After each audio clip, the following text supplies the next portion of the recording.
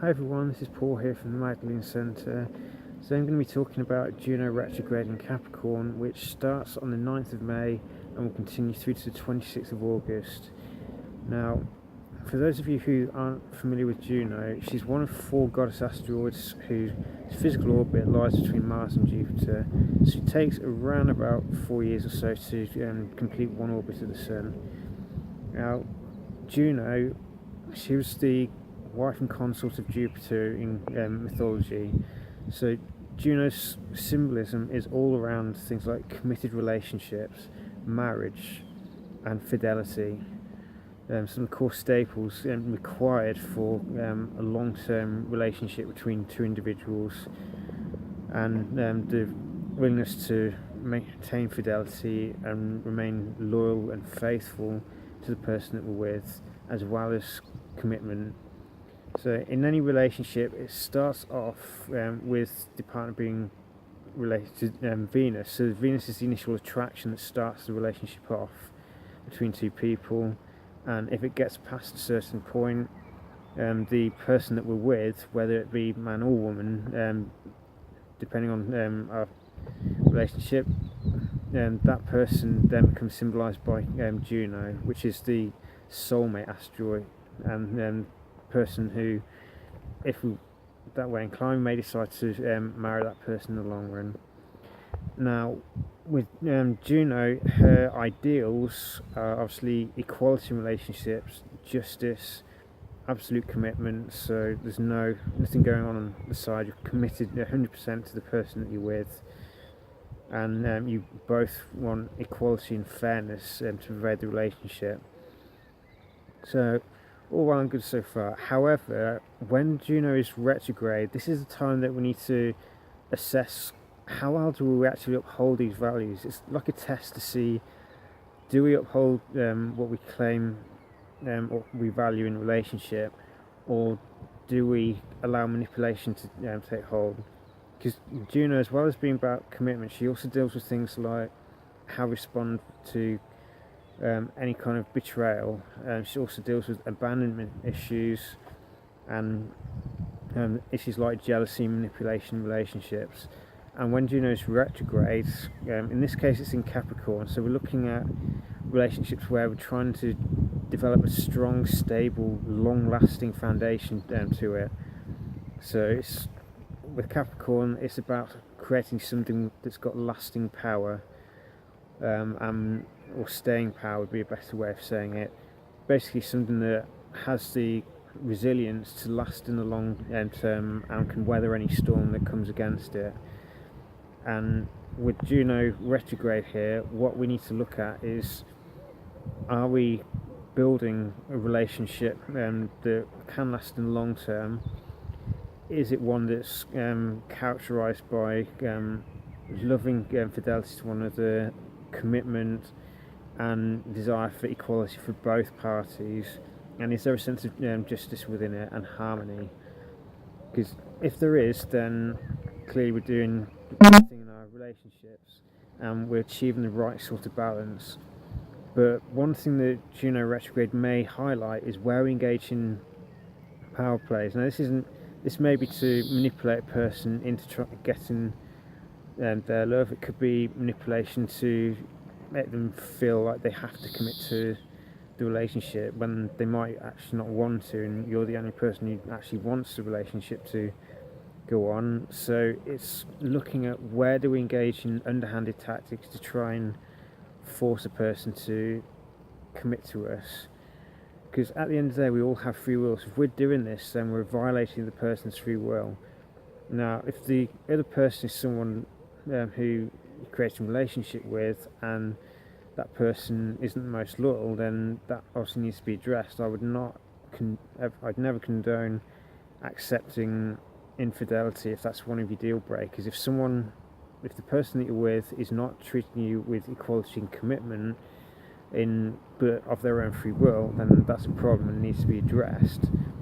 But at the same time, we need to make sure that we do not allow ourselves to devolve into power plays and struggles to try and get the other person's love and affection. Because if we're doing that, then it's not a loving relationship, and of the relationship is not characterised by a love that can withstand the normal stresses and the occasional storm that life may throw at us, then the relationship isn't necessarily going to last, and there's no point using manipulation to get the person to commit to it out of fear, because that's not the foundation of that does not build the foundation of a strong relationship. It needs to be one that's based on mutual love.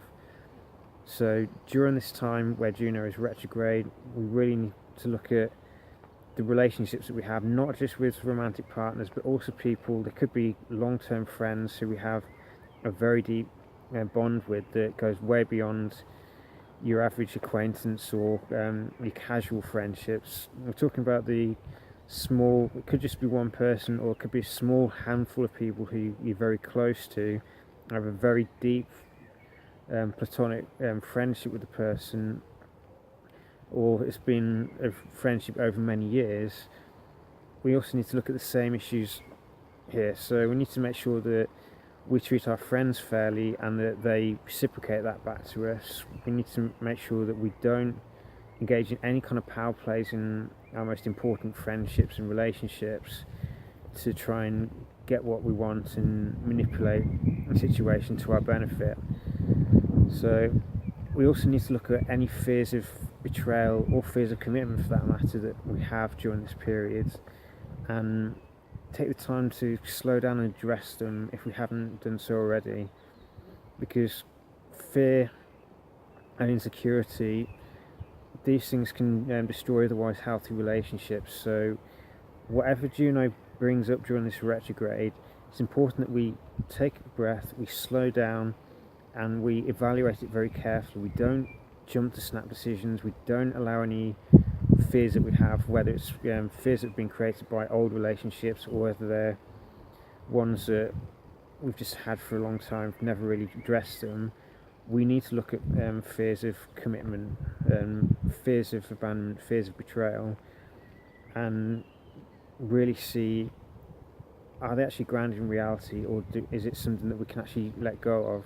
Because if we're with someone who loves and cherishes us for who we are, then these fears would obviously be ungrounded, because the person loves us regardless of our imperfections, and they're obviously someone that we can, as long as we're treating them with kindness and respect as well, then it's a relationship that should in theory last. But at the same time, we do need to make sure that the people we are close to are not engaging any kind of infidelity, or they're betraying us behind our back, because commitment is a very important quality in any key relationship that's going to last in the long term. So it's something that we need to evaluate and make sure that we're showing the right level of commitment to the other person and that they're reciprocating it, so that we know that yes, this relationship has good, solid, healthy grounds, and it will last the long term. But at the same time, we need to make sure that, or look at our own behaviour and make sure that we don't engage in manipulation in our closest relationships to try and get what we want, whether that be a sense of security, love. If we're manipulating for it, then it's not based in truth, and anything not based in truth will eventually come crashing down or not work any longer. So during this time, we need to look at our relationships and evaluate, do we approach them with honesty, love, commitment, loyalty, fidelity, or are there some shadow areas that we haven't dealt with yet that we need to look at very carefully and make the necessary adjustments to change that and overcome any of the old bad habits. We also need to look at what are our partners doing as well, or our closest friends, and make sure that they're not doing something that's wrong, that's hurting us, and is going to bring us down in the long run. But if everything is being worked on by ourselves, and we are operating in a healthy way in our relationships, then our relationships should be characterised by honesty, integrity, commitment, and unconditional love for one another that can last no matter what tests are thrown at us from our environment. So it's rather heavy topic to discuss at times, but I hope it's a useful gauge of what sort of things we need to be evaluating with Juno retrograde for the next few months, and may it be a time that brings up anything that needs to be dealt with, but ultimately leads to stronger, more long-lasting relationships with people who matter to us, and hold a key part of or key position in your life. So take care, be blessed.